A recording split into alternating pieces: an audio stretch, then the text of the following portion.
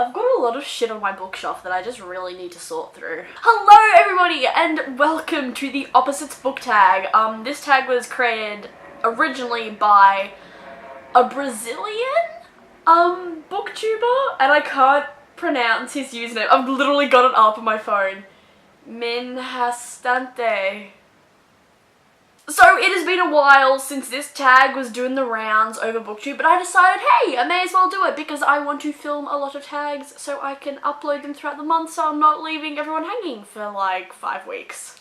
Sorry. Question number 1 is the first book in your collection and the last book you bought. The first book in my collection is probably a picture book somewhere on the top shelf of that bookshelf over there, but the first actual book that I literally remember reading is The Key to Rondo by Emily Rodda, and you can see how like torn up it is. It has gone through hell, this book. I read it continuously throughout 2007, 2008. I just kept on rereading it always, and yeah, this has been with me for a while and it's practically gone to shit, and I bought this when Borders was still around. And the last book I bought is The Orphan Queen by Jodi Meadows, and this arrived in the mail yesterday. The sequel was supposed to come today, but it didn't, so alas, we are here with book number 1. Question number 2 is a cheap book versus an expensive book. My cheap book is An Ocean Apart, A World Away by Lindsay Namioka.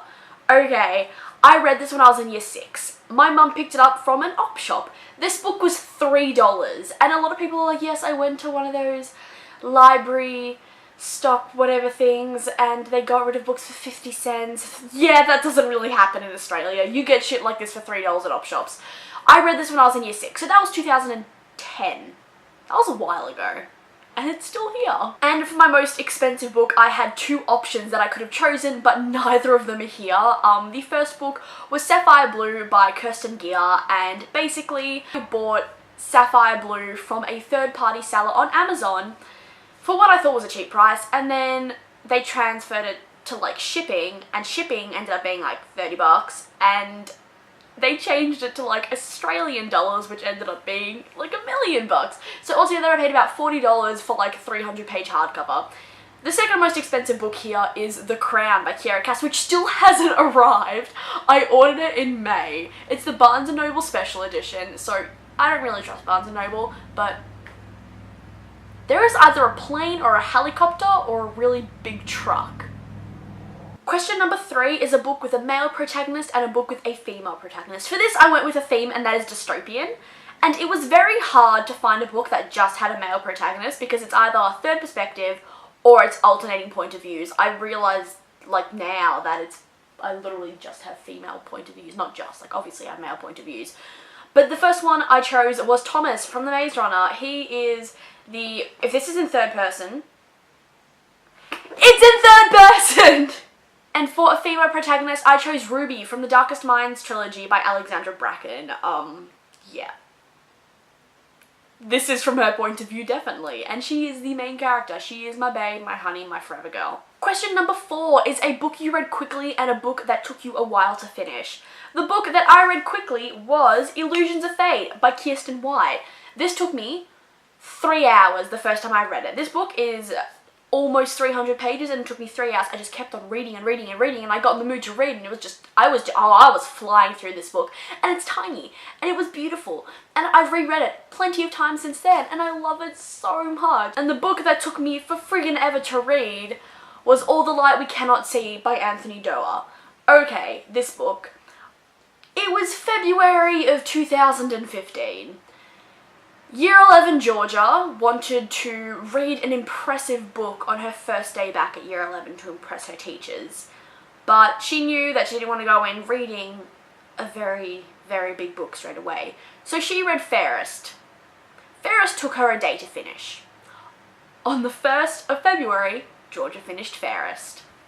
Georgia then proceeded to start All the Light We Cannot See, which she then continued to read until the 26th of February. Now, if you recall, February only has 28 days. This book literally took me 5 days to finish. 25 days. That's a long time, and this book isn't even that big. It's like 500 pages. Question number 5 is a pretty cover versus an ugly cover. Okay. My pretty cover, I've got heaps. I generally like to get books that have a pretty cover, but this cover just, I bought it because of the cover, and that is Truest by Jackie Leah Summers. Look at the cover. It is absolutely stunning. I love it so much, and you can't really see on, well, you can see on camera, but you can't read the words. It has synonyms for Truest, and it is so good, and the cover is amazing. And for an ugly cover, I couldn't narrow it down past the Bloodline series, so the Bloodline series has horrible covers, but an honourable mention to, I'm pretty sure, book number 4, The Fiery Heart, and book number 6, The Ruby Circle. These have the ugliest covers of all time. Question number 6, a national book versus an international book. I live in Australia, so nothing really is set nor published here. It took me a while, but in the end I managed to hunt down on my shelf Dead Girl Sing by Tony Kavanagh. Basically, I bought this when I was in year 9, it was 2013. We were on our way to Central Australia for a school trip. 53 of us in a bus, plus teachers, was not the most inspiring couple of hours from Melbourne to Alice Springs, which is straight across the country.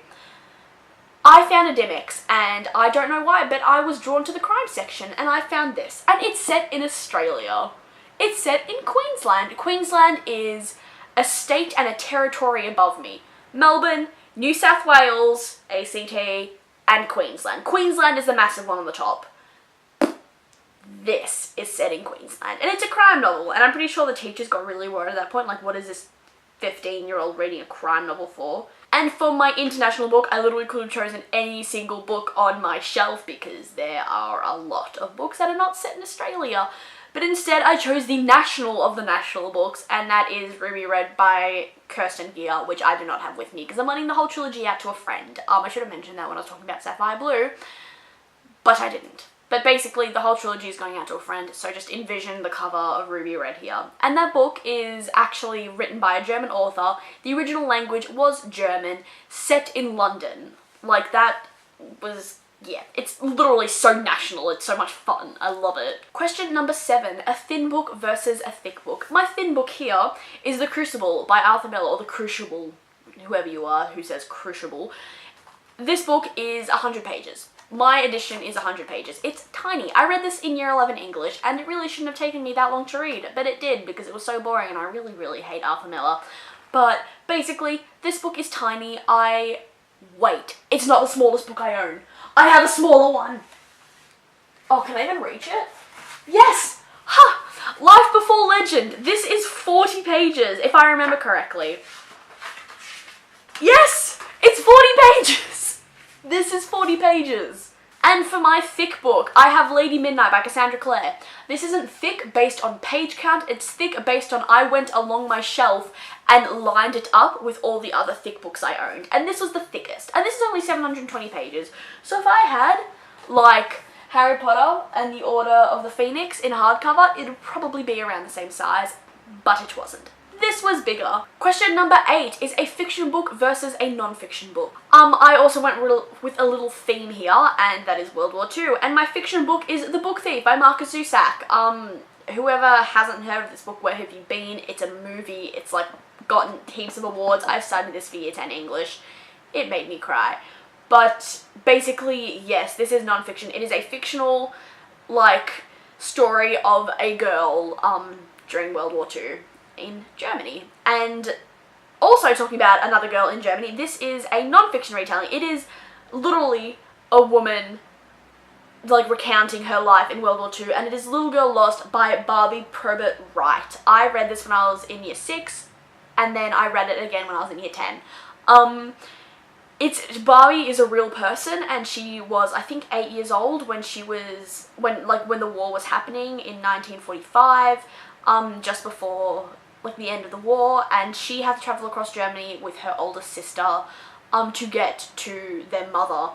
And this is a very good book, so if any of you ever see this anywhere, buy it. It's like mass market paperback, but it's amazing. Question number 9 is a romantic book versus an action book, and my romantic book is the most romantic book that I could find on my shelf, apart from getting into the smut section, and that is Anna and the French Kiss by Stephanie Perkins. This book is literally the first thing people think of when they say, what's a cute contemporary read? This book is it. And my action book is The Martian by Andy Weir. This has not a drop of romance in it. Actually, no, it does. But not between the main character and someone else, between like 2 secondary characters. But basically, this is the story of the man who got left on Mars. It's obviously fiction because no one has been on Mars yet, but it's really good, and it's so actiony, and there's always something happening, and like Mark, his life is always kind of going to shit every 5 seconds on Mars. It's fun. It's a lot of fun. This is a riot, this book. And question number 10, a book that made you happy versus a book that made you sad. The book that makes me happy is Half-Blood by Jennifer L. Armentrout. This is book number 1 in the Covenant series. I've mentioned this a lot because it is like my favourite series ever. I can see it and I just kind of smile. I remember how much fun this series was and how much I loved it, and the Greek mythology and the romance and the action and everything. And the book that made me sad is Illuminae by Amy Kaufman and Jay Kristoff. If you've read this, you know that, oh my god, this book is funny, it is hilarious, it's got heaps of action, it's an amazing book, and it's written all in like chats and documents and just not like a normal book. But there's a lot of death in this book, and I think just the sheer amount of death just made me sad. And there is a part in this book where someone is talking to someone else and someone actually gets killed while they're talking to like that someone else, and oh my god, it's so sad. So I hope you enjoyed that. I hope you have a great day, and I will hopefully have another video up for you in the next week or so, next couple of weeks. I'm not going on my like 5-week hiatus like I normally do. Bye!